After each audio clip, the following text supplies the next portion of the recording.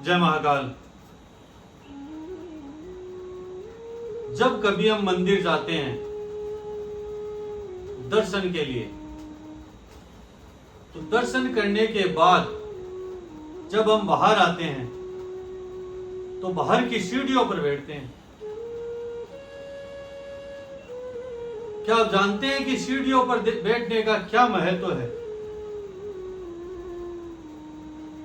आजकल तो लोग क्या करते हैं, सीढ़ियों पर बैठकर अपने घर की, व्यापार की, राजनीति की या किसी की चुगलखोरी की बातें करते हैं। परंतु यह प्राचीन परंपरा एक विशेष उद्देश्य के लिए बनाई गई है। वास्तव में मंदिर की पेड़ी पर बैठकर हमें एक श्लोक बोलना चाहिए।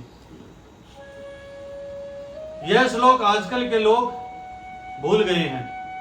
आप इस श्लोक को सुने और आने वाली पीढ़ी को भी इस श्लोक के बारे में बताएं। यह श्लोक इस प्रकार है। अनायासेन मरणम बिना देनेन जीवनम देहांत तव सानिध्यम देहि में परमेश्वरम। इस श्लोक का अर्थ है अनायासेन मरणम, अर्थात बिना तकलीफ के हमारी मृत्यु हो और हम कभी भी बीमार होकर बिस्तर पर न पड़े रहें।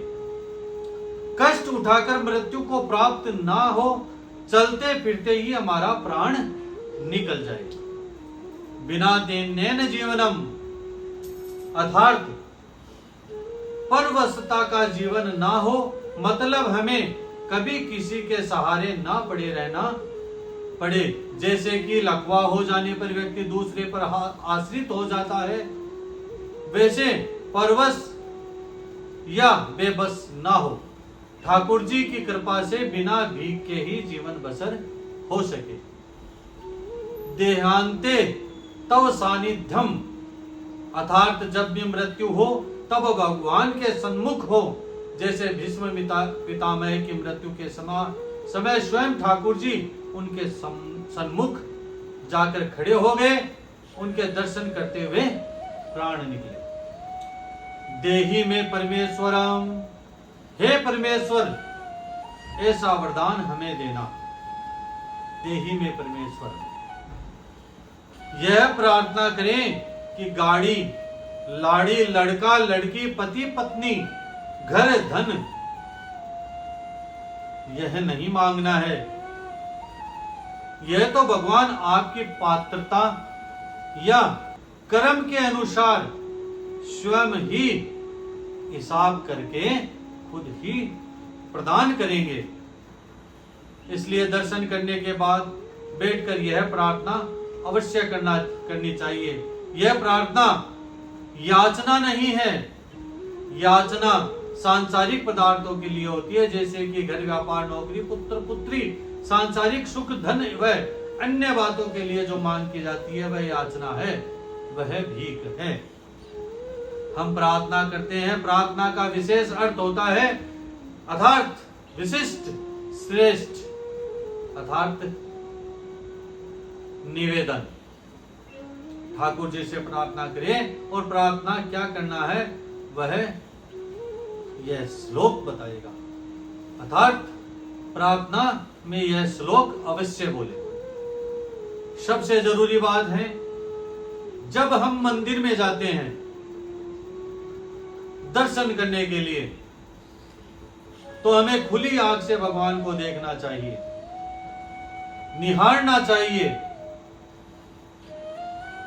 उनके दर्शन करना चाहिए। कुछ लोग यहाँ आंखें बंद करके खड़े हो जाते हैं। आंखें बंद क्यों करना, हम तो दर्शन करने आए हैं। भगवान के स्वरूप का, श्री चरणों का, मुखार बिंद का, श्रृंगार का संपूर्ण आनंद लें, पूर्ण आनंद लें। आंखों में भर लें स्वरूप को, उनके स्वरूप को आंखों में भर लें, दर्शन करें। दर्शन करने के बाद बाहर आकर सीढ़ियों पर बैठकर आंखें बंद करें। मंदिर में नेत्र नहीं बंद करना है, सीढ़ियों पर नेत्र बंद करें और नेत्र बंद करने के पश्चात भगवान का दर्शन करें, उनके स्वरूप का आनंद लें। अगर जो अंदर आंखें खोलकर उनके स्वरूप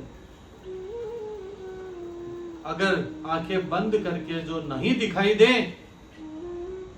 तो पुनः वापस मंदिर जाएं, उनके श्रृंगार का, उनके चरणों का दर्शन करें, पुनः आकर सीढ़ियों पर बैठें, आंख बंद करें, दर्शन करें और वो श्लोक का पठन करें, मनन करें, स्मरण करें। जय महाकाल, जय श्री राम।